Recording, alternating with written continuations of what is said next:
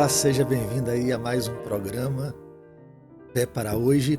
Nós estamos trabalhando nesses dias o tema Você é aquilo que ama. Às vezes nós damos pouca importância para a coerência dos nossos amores e quando você vai ver, o seu amor é altamente formador. Você faz aquilo que o seu coração manda, que é a sede desses amores. Desde o programa passado está conosco aqui o pastor João e ele nos deu uma belíssima aula no último programa sobre as liturgias rivais. E hoje a gente vai começar esse programa falando de uma liturgia rival em particular. Quero passar a palavra para ele para que a gente falasse de uma coisa muito comum para o nosso tempo em busca da felicidade, que é a liturgia do consumo. Fala um pouco para nós aí, pastor.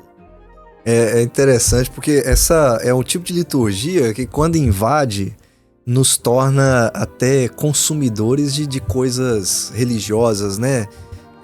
Eu sempre ouvi muito essa coisa da pessoa estar no ambiente ali da igreja, ou vivendo essa realidade da igreja para consumir alguma coisa que a igreja possa dar. E aí vem na minha mente o seguinte: é a ideia daquela pessoa que ela vai para poder receber alguma coisa ao invés de servir, né? Para servir aos outros, que é a própria função do discipulado. Não é você mais serve do que recebe. Aí eu sempre lembro de críticas às vezes que as pessoas fazem, ou de reclamações quando a gente está na igreja. E a pessoa fala assim: hoje o culto não foi do jeito que eu imaginava, ou não foi do jeito que eu queria. E aí você fica olhando para essa pessoa e diz assim: mas quem disse que foi para você, né? É aquela ideia: não, eu vim aqui para consumir, eu não vim para oferecer, eu não vim para servir a Deus em adoração. E aí esse consumo, essa liturgia do consumo que vem do mundo para nós, acaba nos invadindo, o que a gente pensa que eu posso consumir lá fora para poder resolver meus problemas, resolver as minhas necessidades, os meus problemas de estar satisfeito, eu trago para dentro do evangelho e penso assim: não, aqui eu também posso consumir, eu consumo lá, eu consumo aqui, e o que eles devem fazer deve ser para me atender, e eu vou apenas receber e não servir. Né? Isso não é discipulado, isso é um perigo, na verdade.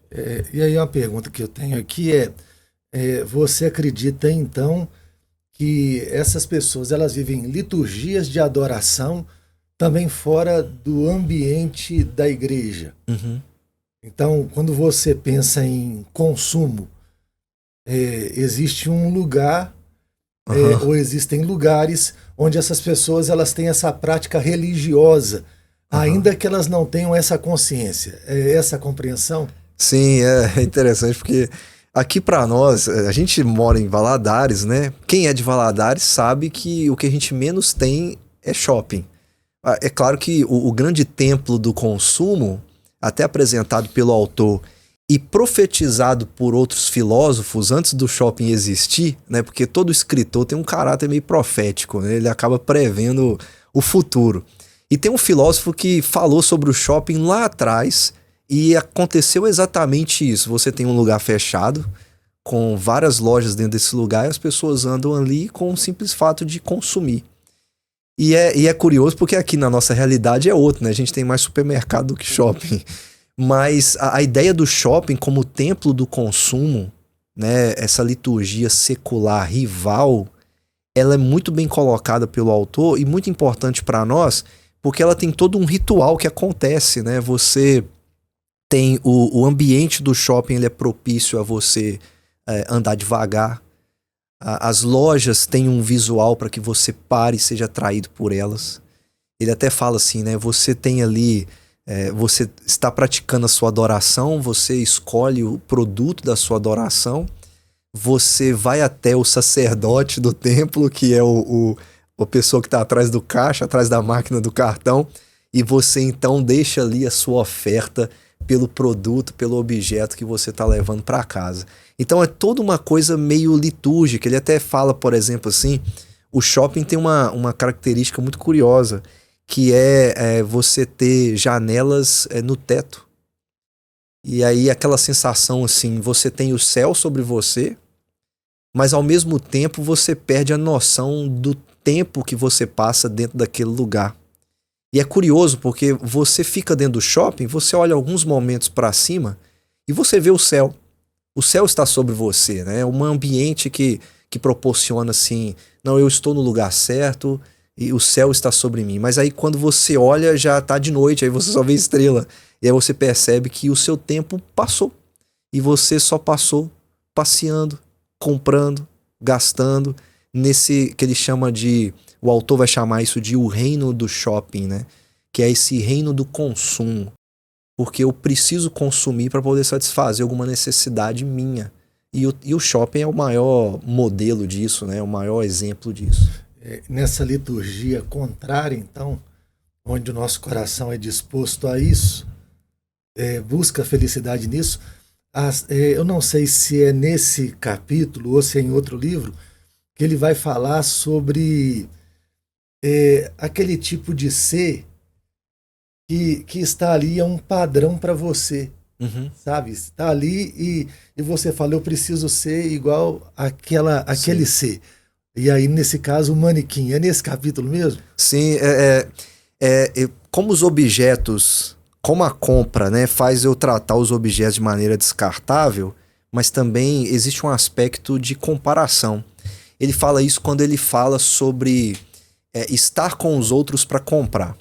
Há uma necessidade do ser humano de ter comunhão.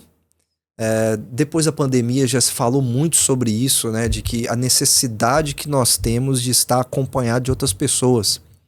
E às vezes ele fala assim, às vezes você vai comprar só para estar com outras pessoas, só que isso é um perigo, porque você começa a gerar comparações.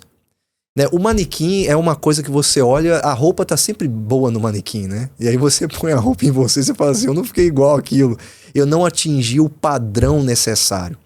E aí ele fala sobre essa comparação de que você começa a olhar os outros de maneira a se comparar com elas, e aí você se sente angustiado, ansioso por não atingir o padrão delas, ou se você atinge, você se sente melhor do que elas porque tem outros que não atingem o seu padrão que você estabelece. Aí qual é o resultado de tudo isso? Se o consumo me faz tratar as coisas que eu compro como coisas descartáveis, então eu trato também as pessoas ao meu redor como coisas descartáveis. E aí aquilo que foi feito para estar com os outros se torna algo líquido, né? Algo assim que é um relacionamento à base de padrões que a gente cria em um relacionamento só de aparência.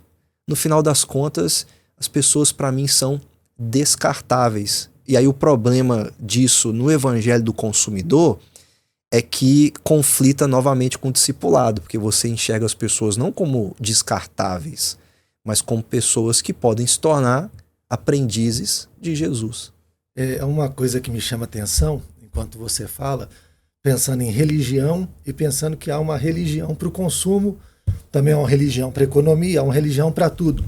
E dentro do que a gente crê acerca do cristianismo, o pecado entra em nós e um vazio gigante toma conta de nós.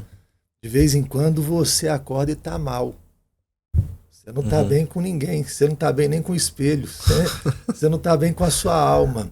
E aí um cristão, ele vai buscar a sua identidade em Cristo, por meio da leitura da palavra e da oração.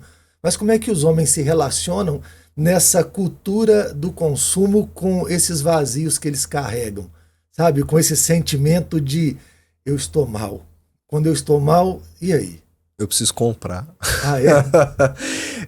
Essa é a ideia, né? Eu lembro de pequeno, assim, de novo. Eu não sou uma pessoa entendida de assuntos psiquiátricos, psicológicos, nada do tipo. Mas eu me lembro de ainda novo ouvir as pessoas falando assim, não, o meu terapeuta me aconselhou que para eu resolver o problema da minha tristeza, eu preciso trocar meu guarda-roupa, eu preciso fazer uma boa viagem, eu preciso trocar meu carro e eu vou me sentir melhor.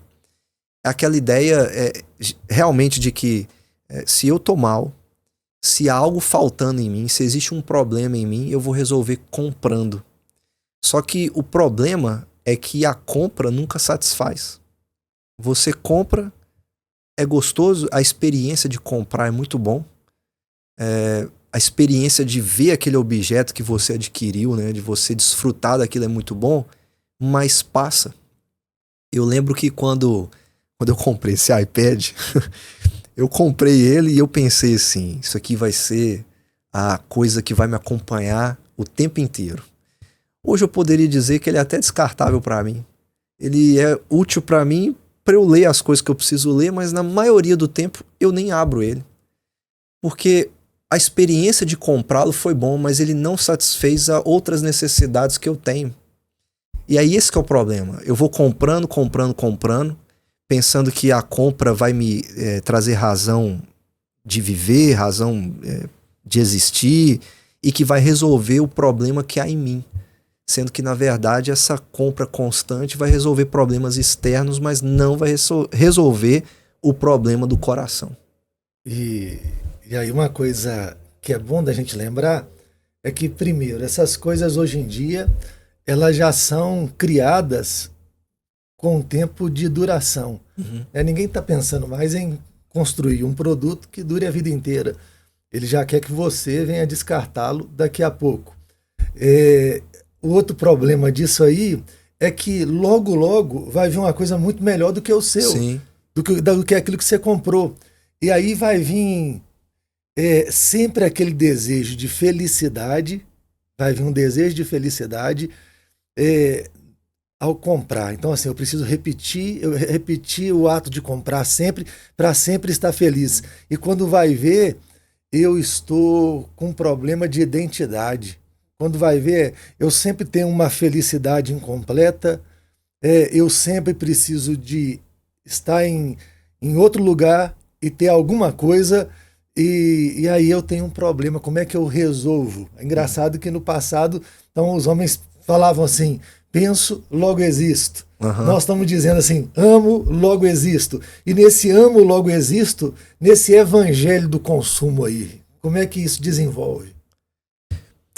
A questão dessa compra constante e a falta de satisfação é como se fosse assim, se eu continuar comprando, eu vou continuar vivendo nessa terapia constante que a compra me oferece, o que a experiência do gasto, né, da compra me oferece, e como que isso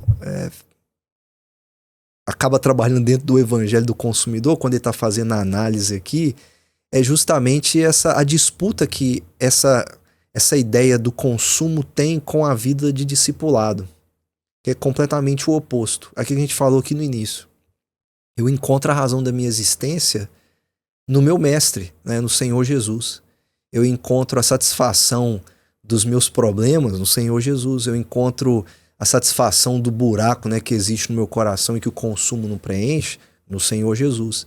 E o evangelho do consumidor vai conflitar com o discipulado nesse sentido, de que não é a vida que o Senhor Jesus espera que você tenha, né? O consumo, ele é normal na vida das pessoas, todo mundo consome alguma coisa, mas não deve ser o ritual que domina o coração, pensando nele como uma terapia, um modo de satisfação pessoal, e acaba se tornando um ritual, um reino do shopping, né? Uma liturgia do shopping, que acaba afetando também a sua vida cristã.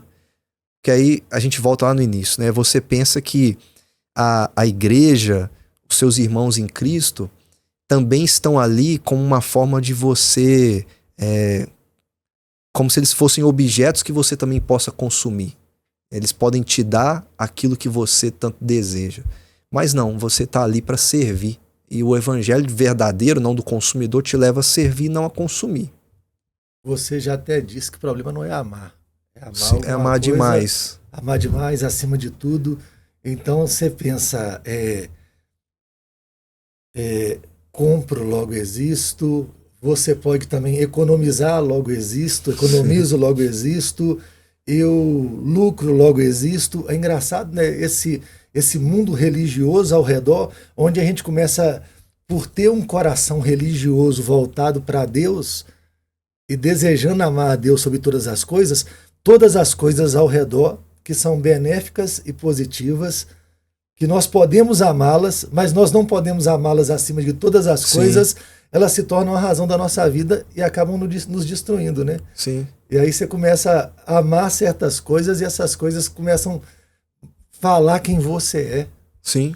Elas não têm problema. Não tem problema você querer comprar alguma coisa. Comprar é bom. A gente tá comprando coisa o tempo inteiro, né? A gente tá indo no supermercado o tempo todo, a gente quer comer bem, a gente quer se vestir bem. O problema não é economizar. O problema é amar demais isso. Uma vez eu ficava muito perturbado, vendo muito no YouTube soluções de economistas, né? Esse pessoal falando de economia e tal, e eu pensava, meu Deus, como eu sou ruim. Será que se eu for igual a essa pessoa eu vou ser mais feliz? Será que o que tá faltando para mim é aprender a economizar? É aprender a ter isso, aprender a ter aquilo? E eu nunca consegui. Quando eu começo a economizar, aparecem os problemas. Estraga as coisas, você precisa repor coisas em casa.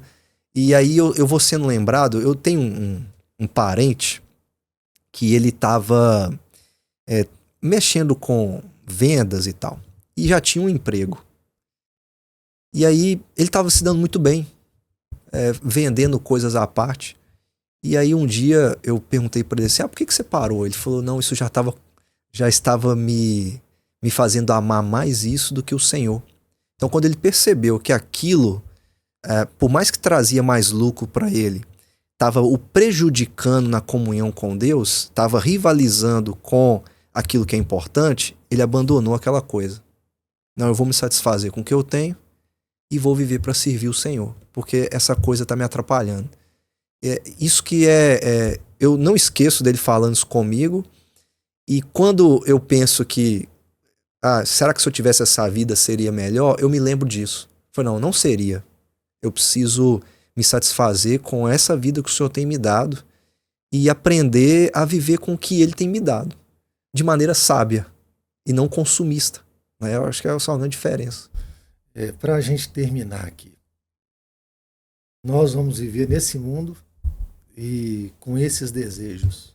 Sim. Como você já disse, não é pecado ter esses desejos. O pecado é amar esses desejos mais do que qualquer coisa. Como é que a gente faz? Qual o caminho nós tomamos? Isso que eu acabei de dizer abre para a primeira coisa, é ter consciência de que essas coisas, essas liturgias cotidianas, elas existem. É ter consciência de que elas são reais e que podem concorrer com o nosso verdadeiro amor. A gente não pode menosprezá-las. Dizer assim, não, isso é normal. Não, amar demais alguns desejos não é normal. Você pode querer ter as coisas, mas amar isso mais do que o Senhor, isso é um problema.